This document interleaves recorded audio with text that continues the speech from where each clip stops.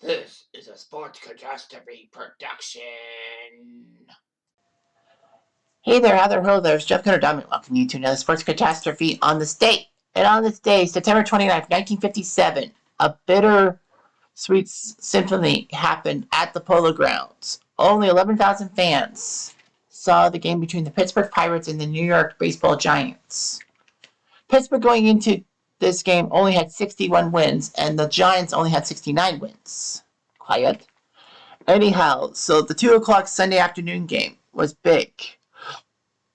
This would be the last time that the New York Giants would play at the Polo Grounds. The baseball team, obviously. So the Giants, it was practically well known that they were about to leave. Well, actually, if memory serves me right, I think the Giants were not slated to leave, and that they were the quiet one. So that's the thing. I think the Giants were the team that in 1957 they moved and all that. So anyway, it was just awful and all that. The New York Giants were a decent franchise, winning many world championships as a member of the team. They would win 5 World Series as the New York Giants, 1905, 1921, 1922, 1933, and 1954, playing at the Polo Grounds practically all their life. And the Giants had many great moments in the era and all that. They took out Babe Ruth and the Yankees in back-to-back World Series in 21-22 before Babe Ruth exploded. And it helped that Yankees built Yankee Stadium and didn't have to share with the Giants the Polo Grounds. People forget about the Yankees playing at the Polo Grounds at the same time as the Giants. So the Giants were decent in the 30s and all that. Like they tried their best. They got to the 1933 World Series, winning it, but lost to the Yankees in back-to-back Fall Classics. That was the first 2 of 4 in a row for the Yankees. However, Carl Hubble and Mel Ott were just putting up some massive numbers and all that. The Giants were kind of second division by the 1940s. And in the 50s, picking up Willie Mays, picking up a few other people, like, I would say Al Dark, but no, that's not it. Monty Irvin. The Giants put up one of the greatest comebacks in baseball history, down 13 plus games to the Brooklyn Dodgers. They came storming back and won the NL pennant. Of course, at that time, you only had the NL pennant. You had a 1 in 8 chance to make the World Series, and you had to win the pennant, the league pennant. So, of course, the Giants, we all know about the 3-game series happening October 3rd with the shot heard around the road by Bobby Thompson, who hit into the lower left field stands. And let's face it, in a normal ballpark, that would be just a fly ball out, because the Polo Grounds left field line usually was like 300 feet, and the Polo Grounds were less. Nevertheless, the Giants pulled off a giant win, to say the least. And let's not forget that the Dodgers did have a 4-2 lead in the 9th inning and could have won it in the 3rd game of that series, the tiebreaker series. But that didn't happen. The Giants would lose the World Series to the Yankees, but getting to the World Series was the hardest part, what is a memorable part. By 1954, with Willie Mays fully with the team after Mays had to go through military service, the Giants won the NL pennant, took on the Cleveland Indians, who surprised everyone by forcing the Yankees to miss the World Series. So anyway, Willie Mays made that dramatic catch in Game 1, the over-the-shoulder catch of Vic Wertz's ball, and he spun. People forget about the fact that he had to spin around and throw the ball into the infield to make sure that the Cleveland runners did not advance heavily and all that. Because if he didn't do that whirl, Larry Doby could have scored from second base on the fly ball out, because remember, it was 450 feet away.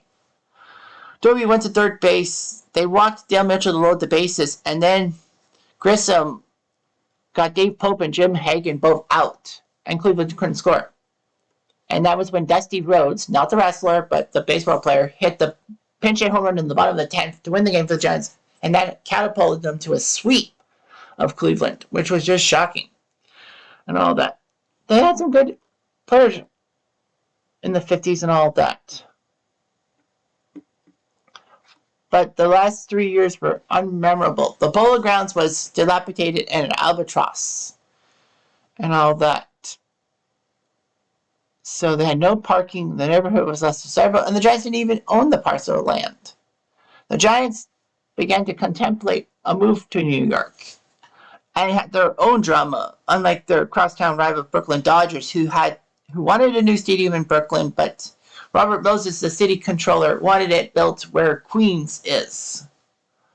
And they was like, we're the Brooklyn Dodgers, not the New York Dodgers, which is true. Of course, a war of words and all that stuff, and the Dodgers and Los Angeles swooped in and took the Dodgers. So the Giants were actually contemplating moving to Minneapolis because Metropolitan Stadium in Bloomington was built for their top farm team, the Minneapolis Millers, and it was a decent stadium and all that. Soon to be home to the Minnesota Vikings. But anyway, under the rules of the time, the Giants' ownership of the Minnesota team gave them priority rights to a major league team. So they were thinking about moving to Minnesota. And actually, the Giants were approached by San Francisco Mayor George Christopher. Horace Stoneham actually entered a negotiation with San Francisco around the time that Walter O'Malley was courting Los Angeles. O'Malley basically pushed Stoneham to moving to San Francisco instead of Minneapolis due to the fact that he was practically worried that if he moved his team to California and no one else did, then he would be shot down because they wanted two teams in California. After all, I mean, if you go on a road trip to San Francisco, to LA, you might as well play in California, and then you save on air travel. So the Giants decided to move to San Francisco, and they played the Pirates and all that. The Giants lineup was pretty good. You had Don Mueller, Willie Mays, Dusty Rhodes, Bobby Thompson, Whitey Lockman, and Wes Westrum, pretty good players. And Johnny Antonelli pitching. Bob Skinner hit a triple to score Gene Freeze. However, Skinner got greedy and wanted to go home on it, thinking he would have an inside the park home run. Not so fast. He's out.